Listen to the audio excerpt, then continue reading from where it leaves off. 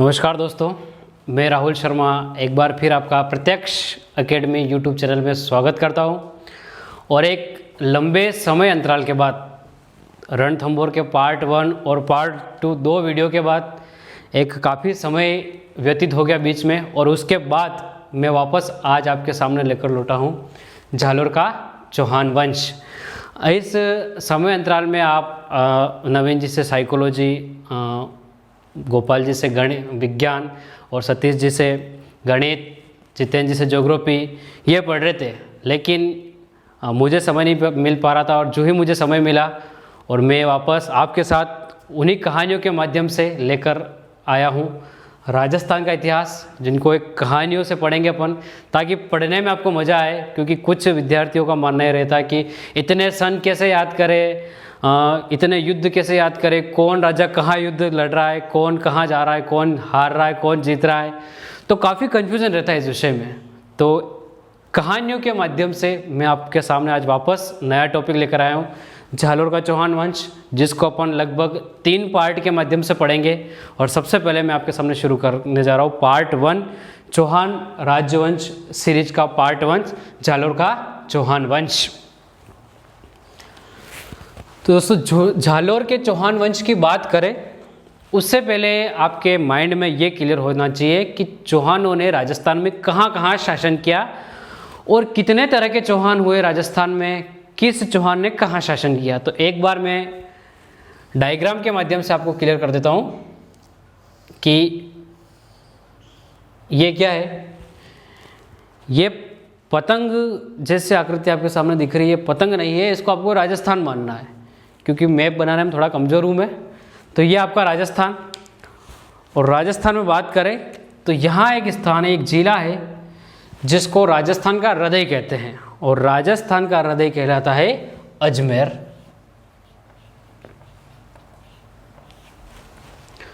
और इसी के पास में यहाँ पर एक जिला है, ये तो हो गया आपका अजमेर, और यहाँ पर है आपका पाली। तो मैं बात कर रहा हूँ अजमेर और पाली जिले की। तो दोस्तों, राजस्थान में 4 जगह पर चौहानों का राजवंश था, और मैंने अभी आपके सामने 2 जिले लिखे हैं, अजमेर और पाली। फिलहाल ये जिले हैं, उस समय की रियासतें थी ये। तो एक तो अजमेर, और पाली में एक रियासत थी, एक स्थान था जो है नाडोल।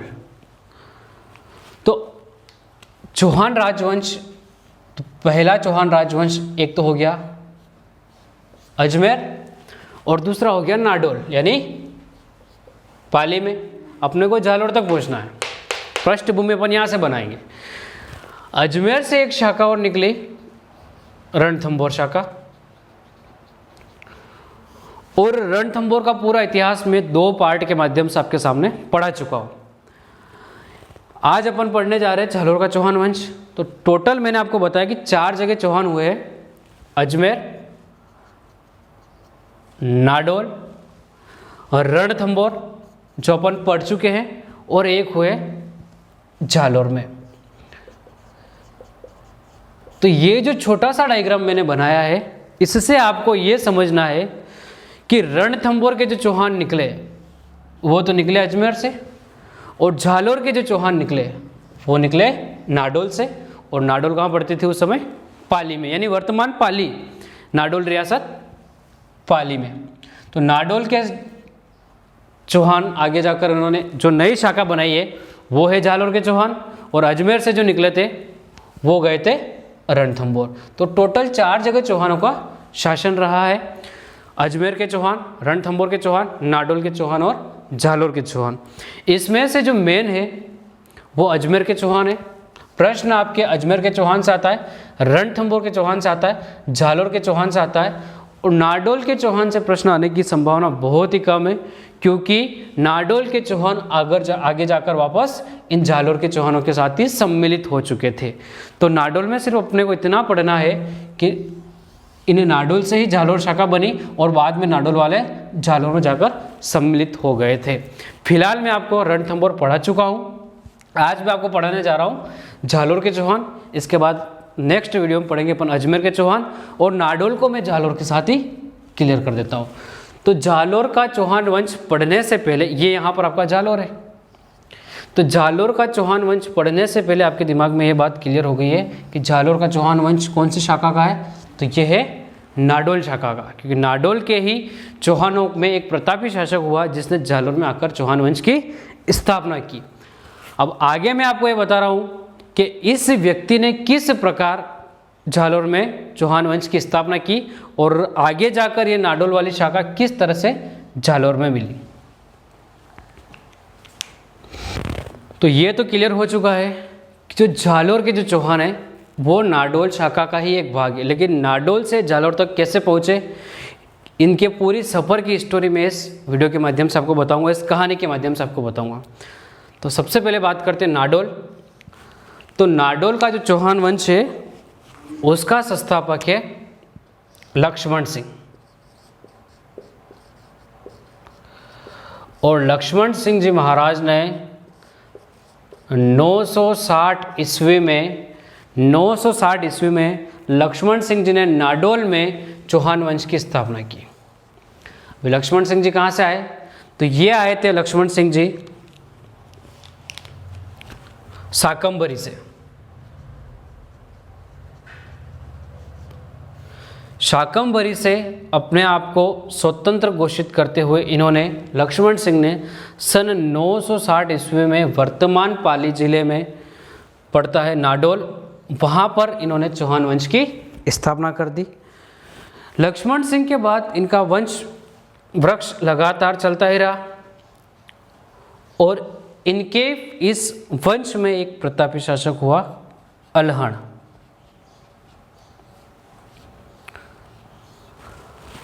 और अल्हण उस समय, देखो स्थिति ये थी, ये राजस्थान, ये नाडोल और यहाँ पर था गुजरात।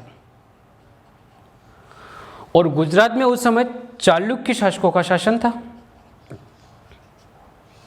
तो ये नाडोल का जो शासक था अल्हण, इसने गुजरात पर भी आक्रमण किया और आक्रमण करने के बाद गुजरात के जो चालुक्य शासक थे इनका सामंत बना। कौन?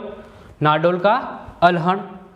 तो नाडोल का अल्हण जब गुजरात के चालुक्य शासकों का सामंत बना, उसके बाद इस अल्हण के बाद इसका एक प्रतापी बेटा हुआ, उसका नाम है कृतिपाल।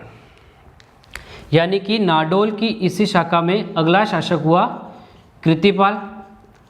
तो चूंकि मैं बता चुका हूँ आपको कि अल्हण गुजरात के चालुक्य शासकों का सामंत बना था, तो इसके बाद कृतिपाल भी गुजरात के चालुक्य शासकों का सामंत बना। और जब ये गुजरात के चालुक्य शासकों का सामंत बना, उस समय सन 1177 में, बात कर रहा हूँ मैं 1177 में। अब मैं नाडोल छोड़कर थोड़ा मेवाड़ की तरफ बढ़ रहा हूँ, यानी कि उदयपुर चित्तौड़ वाला भूभाग, यानी कि इसके जालोर तक की सफ़र की स्टोरी बता रहा हूँ मैं आपको कि जालोर में चौहान वंश की स्थापना कैसे हुई। सबसे पहले शाकंभरी से एक व्यक्ति लक्ष्मण सिंह आया नाडोल, जिसने 960 ईस्वी में नाडोल में चौहान वंश की स्थापना की। उसके बाद इसी के वंश में एक अगला शासक हुआ अल्हण, और अल्हण गुजरात पर आक्रमण करता है और गुजरात के चालुक्य शासकों का सामंत भी बनता है। अल्हण का जो पुत्र था उसका नाम था कृतिपाल, ये भी गुजरात के चालुक्य शासकों का सामंत बना। और सन 1177 की बात है, अब थोड़ा आते अपन मेवाड़ की तरफ। तो 1177 में मेवाड़ का शासक बना सामंत सिंह। थोड़ा मेवाड़ की तरफ आ गए नाडोल से, अभी जालोर तक नहीं पहुंचे पर सामंत सिंह शासक बना। और जिस समय सामंत सिंह शासक बना, उस समय इसके दरबार में इसका भाई भी था जिसका नाम था कुमार सिंह।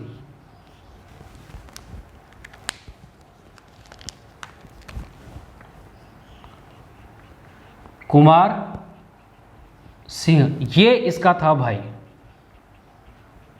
और ये बना शासक मेवाड़ में, यानी उदयपुर वाले एरिया की बात कर रहे हैं अपन, सबसे प्राचीन रियासत की बात कर रहा हूँ। और नाडोल के वंश वृक्ष का अगला शासक कृतिपाल और गुजरात के चालुक्य शासकों का सामंत इसके पिता के बाद यही बना। तो 1177 ईस्वी में जब मेवाड़ का शासक सामंत सिंह था उस समय ये कृतिपाल इस सामंत सिंह पर आक्रमण करता है।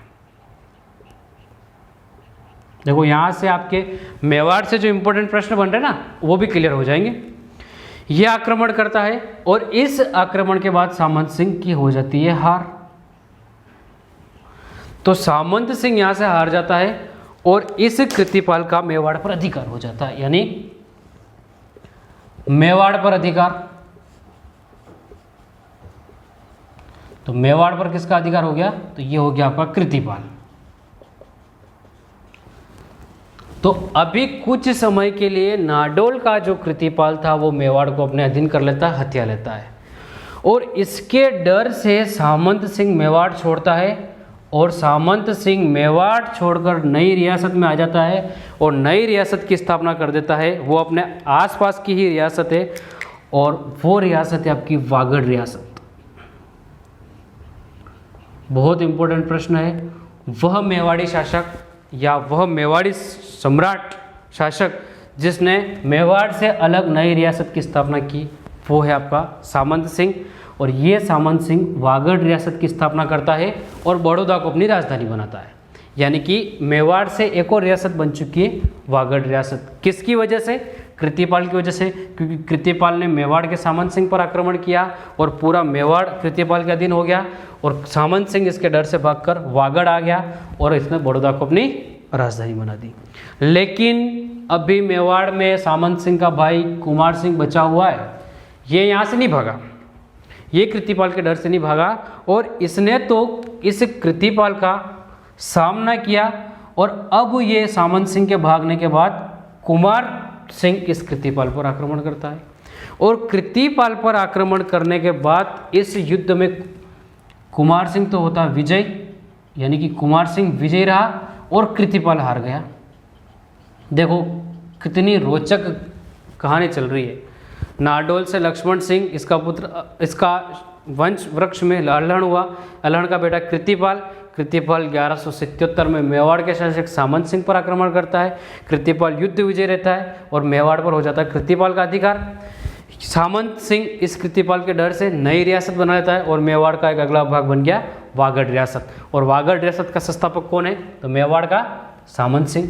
कुछ समय तक इस कृतिपाल का मेवाड़ पर अधिकार रहता है और उसके बाद इस सामंत सिंह का छोटा भाई कुमार सिंह अपने भाई की हार का बदला लेने के लिए, मेवाड़ का शासन वापस हथियाने के लिए कृतिपाल पर आक्रमण करता है और कृतिपाल यहाँ से हार जाता है, यानी वापस कृतिपाल को मेवाड़ छोड़ना पड़ता है।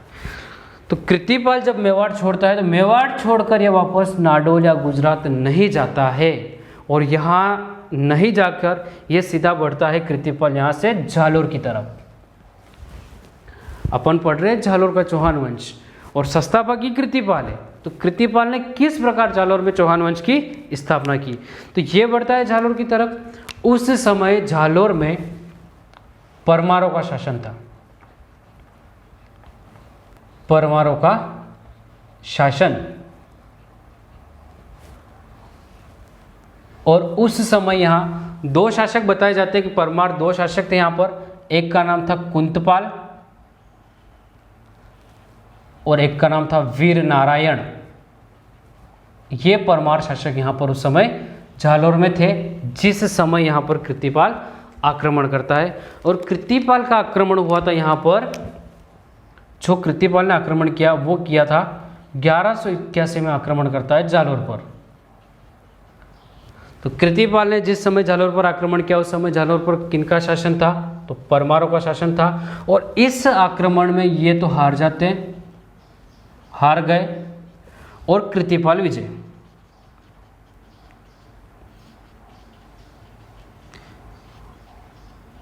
और जो ही कृतिपाल विजय रहा और कृतिपाल 1181 में विजय रहा और झालोर का जो पर्वत है सोनगिरी पर्वत, उस सोनगिरी पर्वत पर एक किला बना देता है। उसी किले का नाम है स्वर्णगिरी दुर्ग और उसी किले में राजपाट के साथ नए चौहान वंश की स्थापना कर देता है। इस तरह से झालोर में चौहान वंश का संस्थापक कौन हुआ? तो वो है आपका कृतिपाल। झालोर में चौहान वंश की स्थापना कब हुई? 1181 में हुई और झालोर में चौहान वंश की स्थापना किन शासकों को हराकर हुई, तो वो हुई परमार शासकों को। ये जो डायग्राम आपके सामने बना हुआ, बहुत सारे प्रश्न उठते हैं यहाँ से। मैं वापस पूरे इस लंबे सफ़र को क्लियर कर देता हूँ। झालोर के चौहान कहाँ से आए, तो यहाँ से पहुँचे मेवाड़ होते हुए। कहाँ से, तो झालोर के चौहान पहुँचे नाडोल से। तो अगला प्रश्न ये बनता है कि नाडोल के चौहान कहाँ से आए। तो मैं बता रहा हूँ आपको कि सबसे पुरानी चौहान रियासत है वो साकम्बरी, अजमेर के आसपास वाली।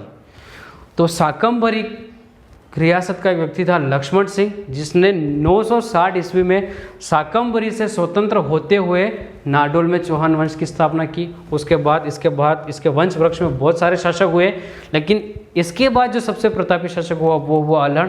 तो बड़ा प्रश्न ये बनता है कि नाडोल में चौहान वंश का संस्थापक कौन हुए, लक्ष्मण सिंह, 960 ईस्वी में। वाघपति का पुत्र था लक्ष्मण सिंह, वाघपति का पुत्र लक्ष्मण सिंह। और वाघपति कहाँ का था, तो वाघपति था साकम्बरी का।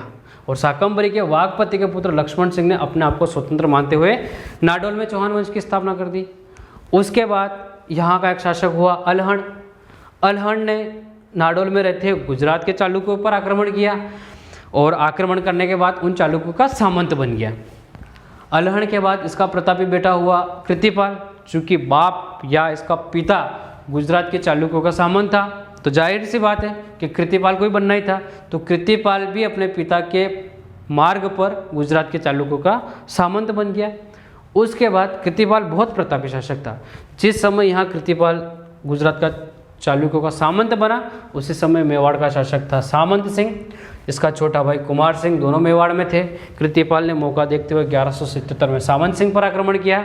सामंत सिंह इसके डर से नई रियासत बनाया था, वागड़ रियासत, यानी कि, और अपनी राजधानी बनाया था बड़ौदा। यानी एक प्रश्न और यहाँ से ये क्लियर हो जाता है कि किस शासक के समय मेवाड़ का अगला भाग बन गया या अगली रियासत बन गई वागड़ रियासत। उसके बाद कृतिपाल का 1-2 वर्ष तक यहाँ शासन रहा, और सामंत सिंह का छोटा भाई कुमार सिंह कृतिपाल पर आक्रमण करता है, वापस कृतिपाल को हराता है, और मेवाड़ पर वापस कुमार सिंह का शासन हो गया। कृतिपाल यहाँ से भागकर वापस नाडोल जाने की बजाय झालोर की तरफ जाता है। उस समय झालोर पर परमारों का शासन था। परमार शासक थे उस समय कुंतपाल और वीर नारायण। तो कृतिपाल इन दोनों को हराकर 1181 में झालोर में इन दोनों को हराता है। सोनगढ़ पहाड़ी पर एक किला बनाता है स्वर्णगिरी, और वहीं पर नई रियासत की स्थापना कर देता है, और उस रियासत का नाम है आपका झालोर के चौहान। और सोनगढ़ पर इसने स्वर्णगिरी दुर्ग बनाया, और सोनगढ़ का अपभ्रंश होता है सोनगरा, इसलिए कृतिपाल के चौहान वंश में जो शासक हुए उनको अपन सोनगरा चौहान कहते हैं। इस तरह से यहाँ पर झालोर में चौहान वंश की स्थापना हुई है। तो दोस्तों अभी जो डायग्राम आपने देखा है उससे एक चीज़ तो आपके सामने क्लियर हो ही चुकी होगी कि जो झालोर के चौहान है ये कौन सी रियासत से आए, तो नाडोल से। और यहाँ का संस्थापक कौन है, तो ये भी क्लियर हो चुका होगा कृतिपाल। और कब स्थापना की, तो 1181 में। उससे आगे मैं पढ़ा देता हूँ। अब यहाँ का संस्थापक पूछे, संस्थापक, तो संस्थापक हो गया कृतिपाल। और आगे बात करें तो नाडोल शाखा के अल्हड़ का पुत्र, नाडोल शाखा के अल्हड़ का पुत्र। यहाँ के चौहानों को सोनगरा चौहान कहते हैं।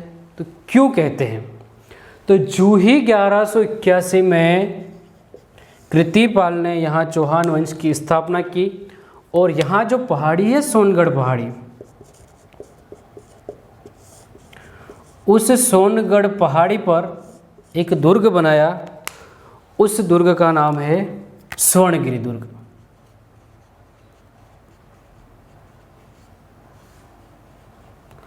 और इसी को कहते हैं सोनगढ़, स्वर्णगिरी को ही कहते हैं सोनगढ़।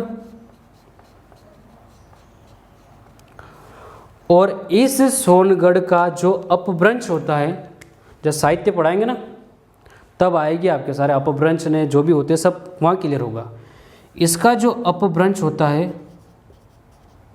वो होता है सोनगरा। इस वजह से यहाँ के जो चौहान हैं उनको बोलते हैं सोनगरा चौहान। तो ये क्लियर हो गई कि झालोर के जो चौहान है वो सोनगरा चौहान क्यों है। यहाँ तक क्लियर। अच्छा, एक बात और क्लियर कर देता हूँ मैं कि जब बात आती है स्वर्णगिरी दुर्ग की, कि स्वर्णगिरी दुर्ग कौन से दुर्ग को कहते हैं, तो आपका आंसर क्या आएगा? आपका आंसर आएगा झालोर दुर्ग। और ये सु की जगह आधा स आ जाए, स्वर्णगिरी, तो अब आपका आंसर आना चाहिए जैसलमेर दुर्ग, क्योंकि पूरा मरुस्थल में बना हुआ है, पीले पत्थरों से बना हुआ है और सुबह सुबह सूर्य की किरणें पड़ती है तो सोने के समान चमकता है, जैसलमेर वाला, इसलिए उसको तो बोलते हैं स्वर्णगिरी दुर्ग जैसलमेर। और स्वर्णगिरी की बात आती है तो वो आएगा आपका झालोर दुर्ग। फिलहाल अपन बात कर रहे हैं स्वर्णगिरी दुर्ग झालोर की। तो एक प्रश्न और कभी ये पूछ ले आपसे, वैसे ज्योग्राफी में बताते हैं कि स्वर्णगिरी दुर्ग कौन सी नदी के किनारे है, तो ये है सुकड़ी नदी के किनारे, सुकड़ी नदी के किनारे बसा हुआ आपका स्वर्णगिरी। स्वर्णगिरी, सोनगढ़ और इसी से आपका बना है सोनगरा, और सोनगरा से सोनगरा चौहान। ये तो इस दुर्ग की बात हो गई जो 1181 में कृतिपाल ने बनाया। अब बात करते हैं झालोर। क्या झालोर के भी और कोई पुराने नाम थे? तो बिल्कुल, यहाँ पर इस झालोर का एक नाम और आता है जाबालीपुर।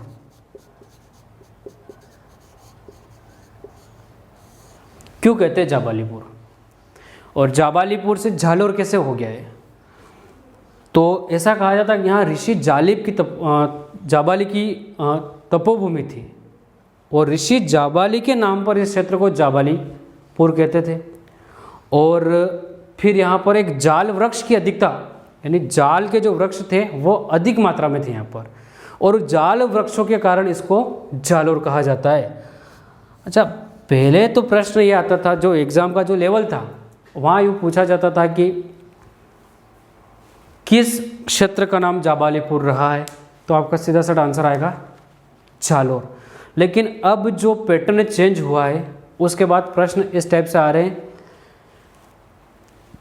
कि झालोर को जाबालीपुर कौन से स्रोत में, कौन सी पुस्तक में या कौन से शिलालेख में कहा गया है। ये जानकारी अपने को कहाँ से मिली कि झालोर का नाम भी जाबालीपुर है? तो इसका आंसर दोस्तों एक बहुत प्रचलित शिलालेख के नाम तो आपने सुना होगा, बिजोलिया शिलालेख।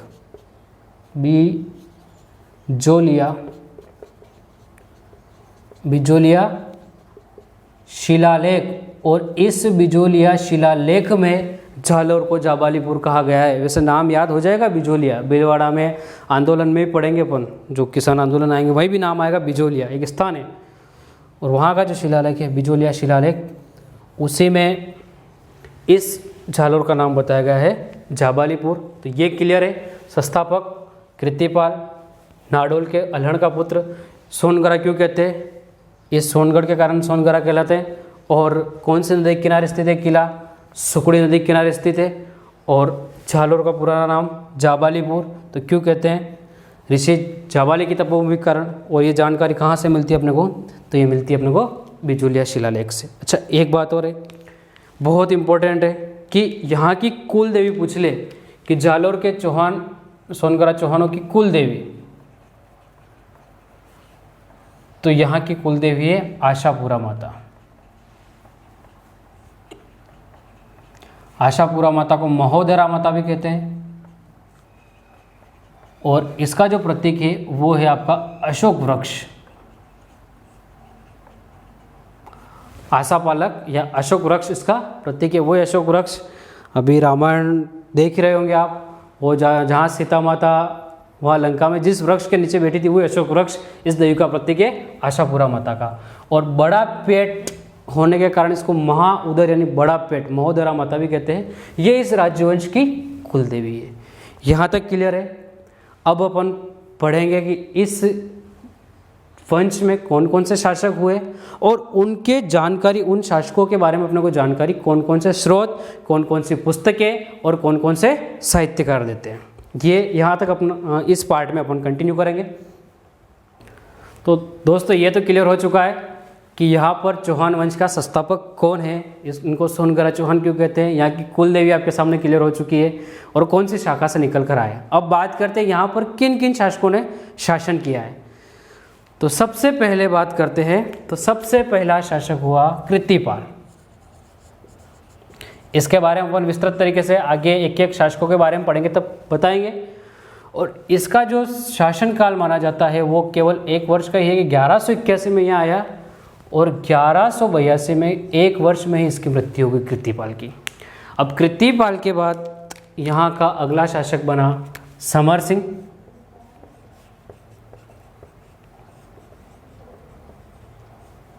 ये कृत्तिपाल का पुत्र ही था और कृत्तिपाल के पुत्र समर सिंह का शासनकाल माना जाता है 1182 से 1205। उसके बाद यहाँ का अगला शासक हुआ उदय सिंह।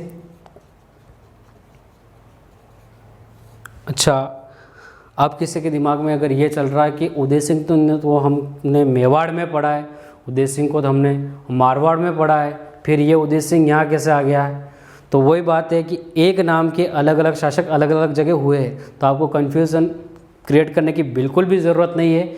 उदय सिंह मेवाड़ वाला बहुत इंपॉर्टेंट है, उदय सिंह मोटा राजा, उदय सिंह मारवाड़ वाला बहुत इंपॉर्टेंट है। आप इसके बारे में ज़्यादा डिटेल नहीं पढ़ोगे तो भी चलेगा, लेकिन ये जो झालोर का उदय सिंह है ये अलग ही है। इसका शासनकाल माना जाता है या रहा है 1205 से 1257 तक। उदय सिंह के बाद इस राजवंश का अगला शासक हुआ चोचिंग देव।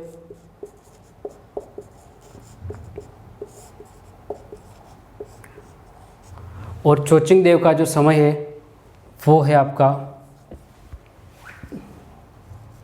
1200 से 1282। चोचिंग देव के बाद यहाँ का अगला शासक हुआ सामंत सिंह। और सामंत सिंह का समय है 1282 से 1296। और अंतिम यहाँ का शासक हुआ कान्हड़ देव सोनगरा और उसका शासनकाल है 1296 से 1311। आप इस झालोर के वंश वृक्ष को देखोगे तो मैं क्लियर कर दूं कि पहला और अंतिम इन 2 शासकों की वजह से ही अपन झालोर का चौहान वंश पढ़ रहे हैं, क्योंकि पहले ने स्थापना की और बाकी जो कार्य किए जिनकी वजह से झालोर को जाना जाता है वो है कान्हड़ देव सोनगरा। इसके बीच में जो शासक आ रहे हैं समर सिंह, उदय सिंह, चोचिंग देव, सामंत सिंह, इनमें पढ़ने या प्रश्न बनने जैसी बातें बहुत कम है, वो भी मैं बता दूंगा। लेकिन आपके लिए सबसे इंपॉर्टेंट है कृत्तिपाल, क्योंकि कृत्तिपाल नहीं होता तो झालोर का चौहान वंश ही नहीं होता, तो संस्थापक है। और सबसे प्रतापी शासक कान्हड़ देव सोनगरा। इन 2 को अपन पहले पढ़ेंगे, उसके बाद इन चारों के बारे में आपको क्लियर कर दूंगा।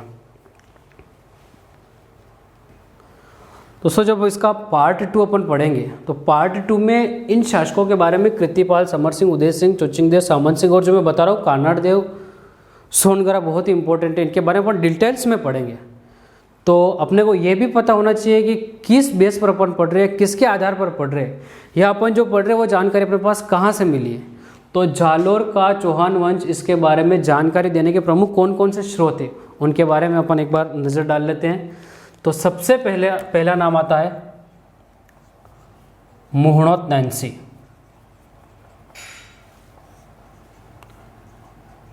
मुहणोत नैन्सी की एक पुस्तक है नैन्सरी ख्यात।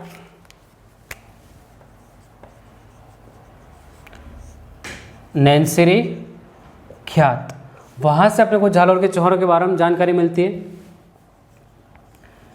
इसका दूसरा स्रोत है फरिश्ता, एक फारसी इतिहासकार है, और फरिश्ता की जो पुस्तक है उसका नाम है तारिक ए फरिश्ता।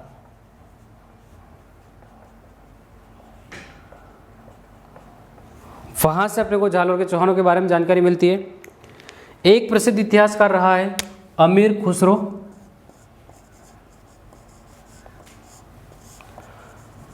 और अमीर खुसरो की जो पुस्तक है उसका नाम है ख्वाजा-इन उल फतू, उससे भी अपने को जानकारी मिलती है। ख्वाजा-इन उल फतूह, तो आपको बार बार रिपीट करनी है, बार बार रिपीट करोगे तो इनके नाम आपको आसानी से याद हो जाएंगे।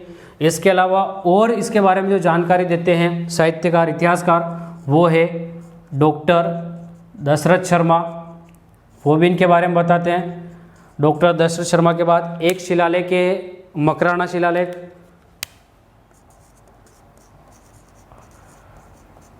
मकराना शिलालेख, वो भी जालोर के चौहानों के बारे में जानकारी देता है।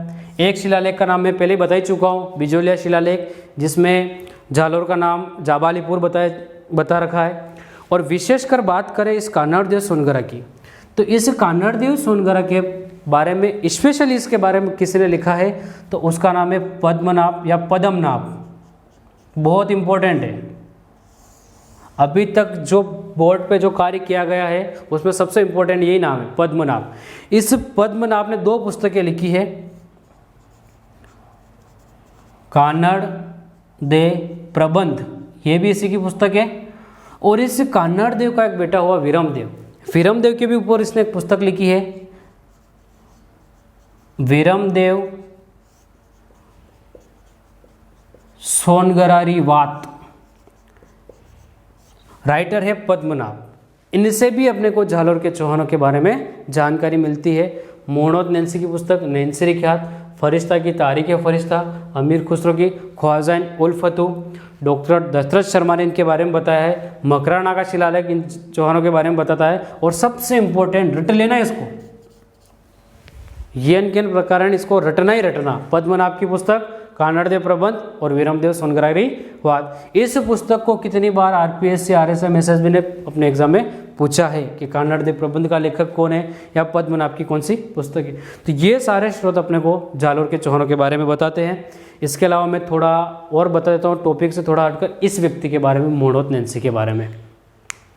दोस्तों जो नाम दिख रहा है आपको मोहम्मद नैन्सी, इसके बारे में मैं थोड़ा बता देता हूँ कि जो मोहम्मद नैन्सी था ये जोधपुर के जो शासक थे या मारवाड़ के जो शासक थे जसवंत सिंह प्रथम, उनका दरबारी कवि था। और इसकी कलम ऐसी चलती थी कि जो मुग़ल सल्तनत या मुग़लों के समय एक इतिहासकार हुआ अबुल फजल, बहुत ही प्रसिद्ध इतिहासकार है, इसकी तुलना उससे की गई है।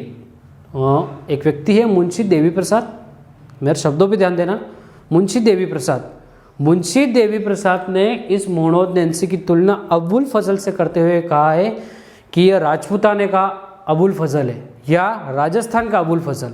वो है आपका मोहम्मद नैन्सी, जोधपुर या मारवाड़ के शासक जसवंत सिंह प्रथम का दरबारी कवि। इसकी 2 पुस्तकें बहुत प्रसिद्ध है, नैन्सी ख्यात और दूसरी पुस्तक है मारवाड़ परगणारी विगत।